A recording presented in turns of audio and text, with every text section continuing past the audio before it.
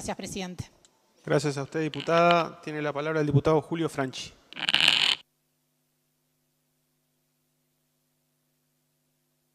Presidente, muchas gracias.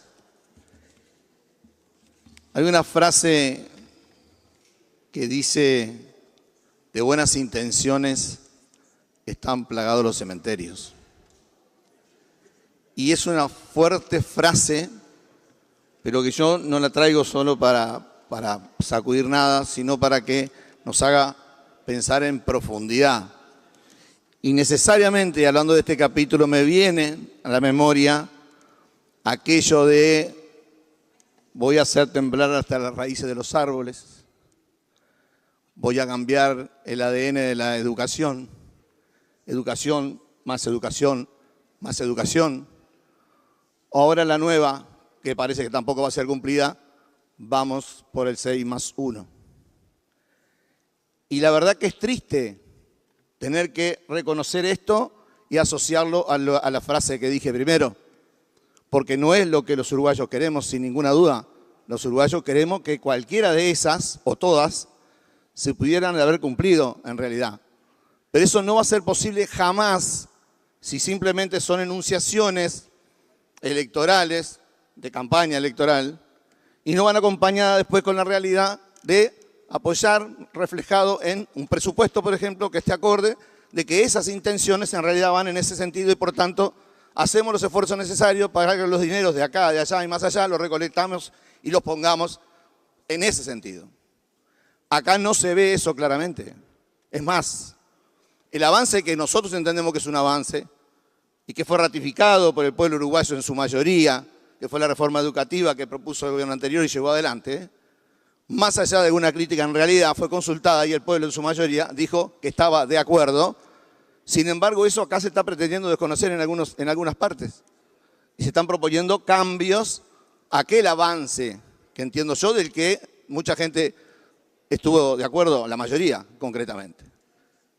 Entonces, yo creo que tenemos necesariamente, acá yo he escuchado varias exposiciones, vienen en esa línea, independientemente de a qué partido pertenecen, vienen en la línea de construcción, vienen en la línea del análisis, del querer llegar a hacer las cosas, y creo que tenemos que estar todos sentados en esa misma línea, independientemente de los partidos. Sentados, porque es muy importante el capital de lo que estamos hablando, o sea, es futuro. Acá se hablan de los niños, el futuro, los jóvenes. Bueno, pongámonos a trabajar todos juntos de una buena vez.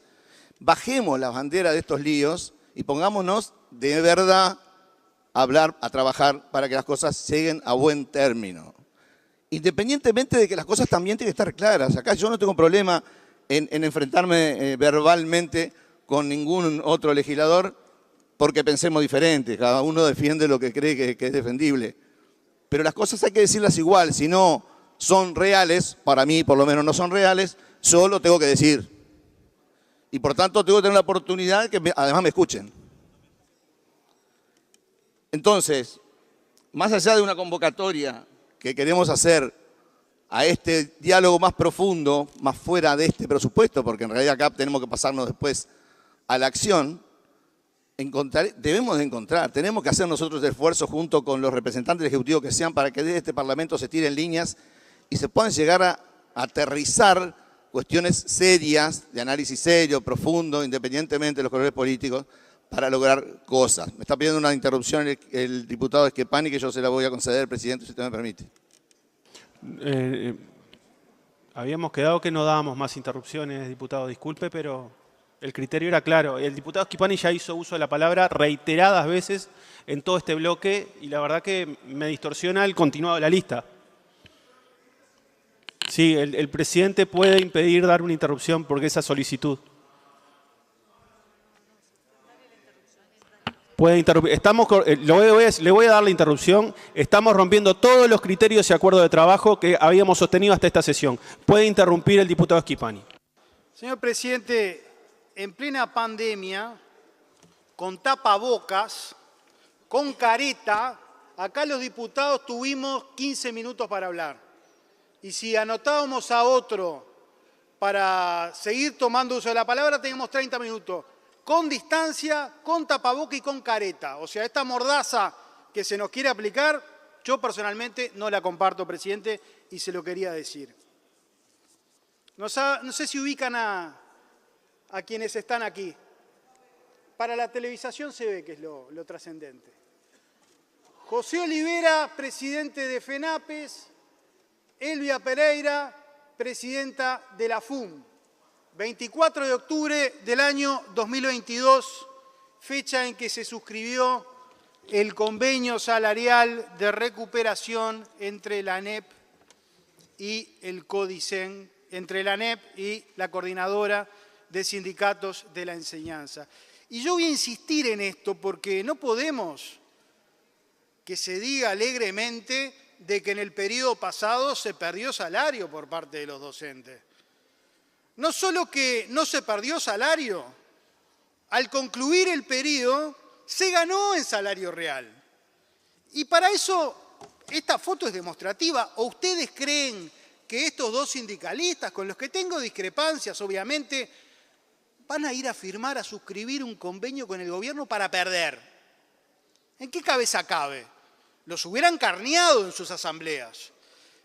Entonces, voy a pasar a leer un comunicado de la FUM, que es bien interesante en relación a este convenio que se firmó en el Ministerio de Trabajo, para dejar en evidencia la falsedad del estimado, porque le tengo estima al diputado Guerrero, que lamentablemente se tuvo que ir y no va a poder escuchar esto. Dice el acuerdo de la FUM, el comunicado: si bien la negociación colectiva permitió que se lograra un cronograma de recuperación a lo largo del quinquenio, derivado de la pérdida experimentada en el 2021, cada ajuste incluirá una recuperación hasta el año 2025 inclusive. El anterior gobierno estableció una recuperación para su último año de presupuesto, que es el 2025, cosa que no hizo el otro gobierno, en donde no se previó una recuperación para el 20. Eso también hay que decirlo.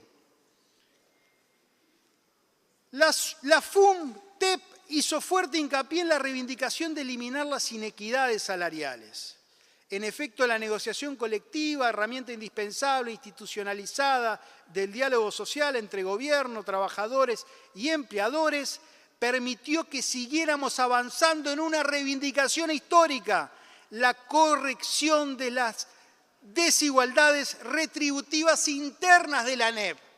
Esta negociación de octubre del 22 no solo supuso una recuperación de salario para todos los docentes, sino que permitió terminar con varias inequidades propias del sistema educativo.